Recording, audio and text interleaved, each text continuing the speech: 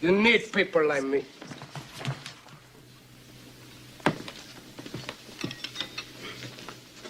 You need people like me so you can point your fingers and say, that's the bad guy. A yet to be identified woman has confessed on live radio that she has been injecting her blood into Zobo drinks that she sells to her customers during a radio program on Wazobia FM.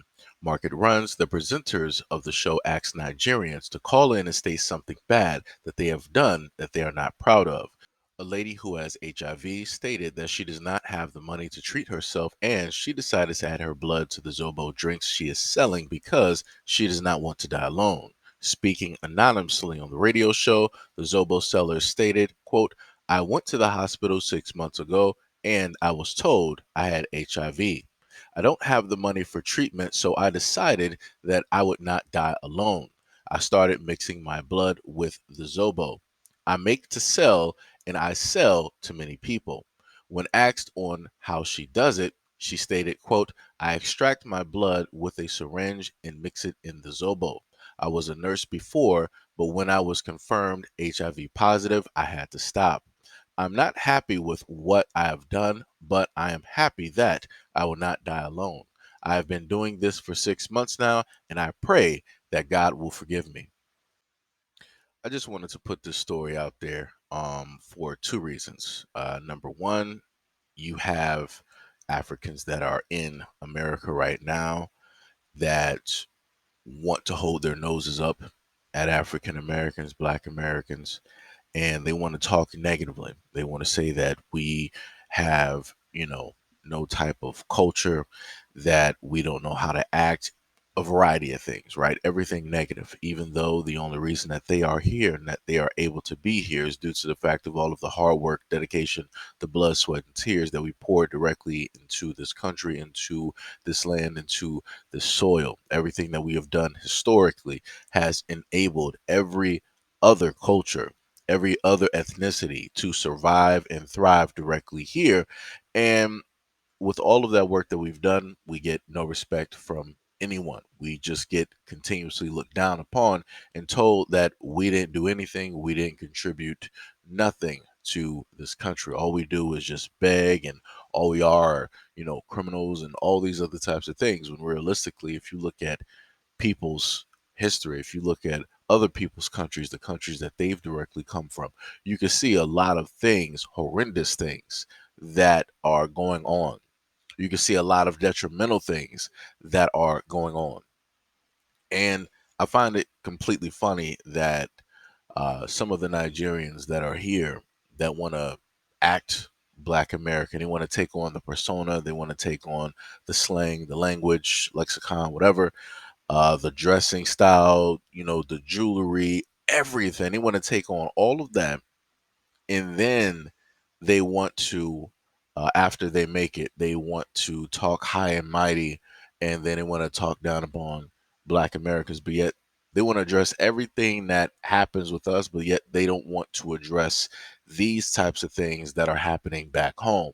And again, if these people actually cared about back home, if they actually cared about their own, then they would speak up on this. They would showcase this instead of just trying to highlight the things going on with Black Americans, knowing the fact that they themselves are not Black Americans and they will never identify as Black Americans because they will make sure to tell you that there is a difference.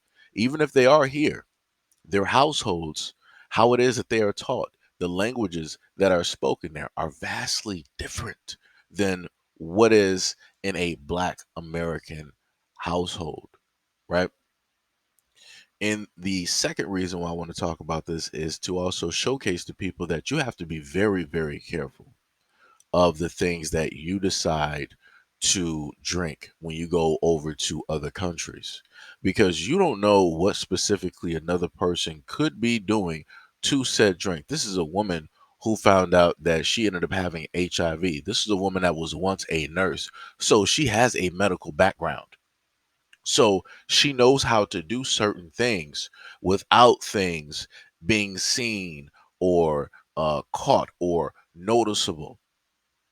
And you can clearly tell that from everything that I was able to find online, the drink is red, so you're not going to be able to tell, what it is. You're going to think that, okay, well, these are the fruits and everything else that they, threw in here. This is why the drink looks the way that it does.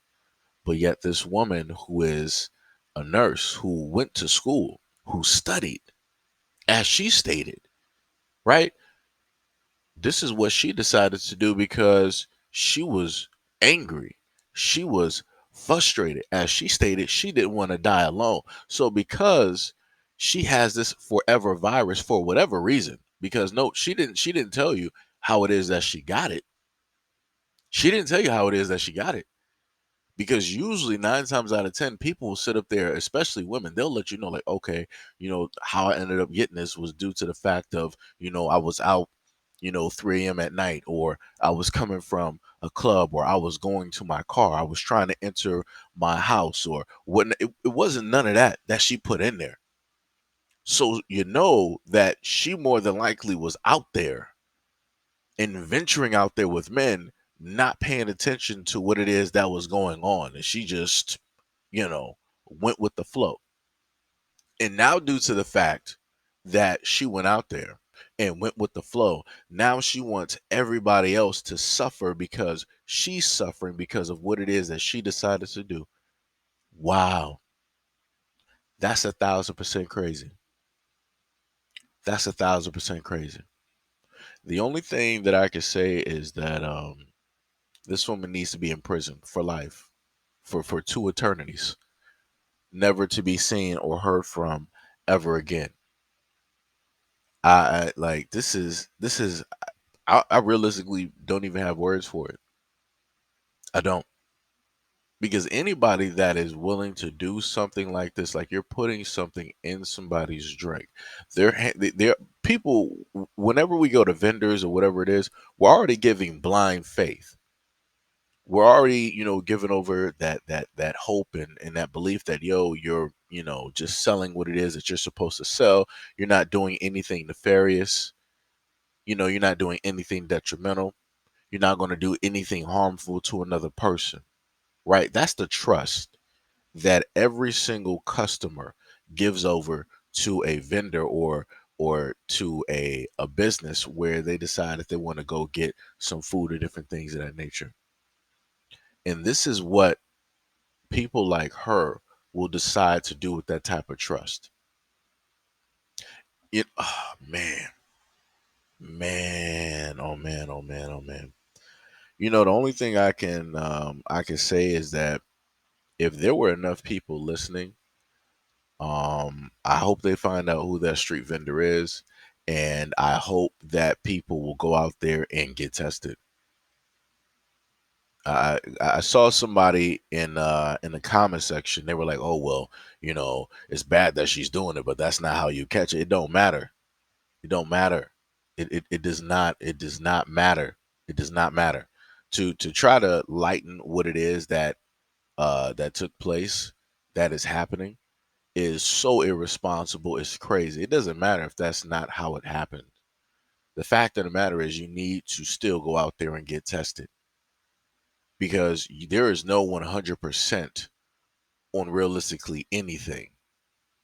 Remember, viruses, everything changes. Everybody's body is different. So now, when we're dealing with something here and it's written in a book, so which means that what? It's solid, that nothing can change, no parameters can be any different, yada yada yada.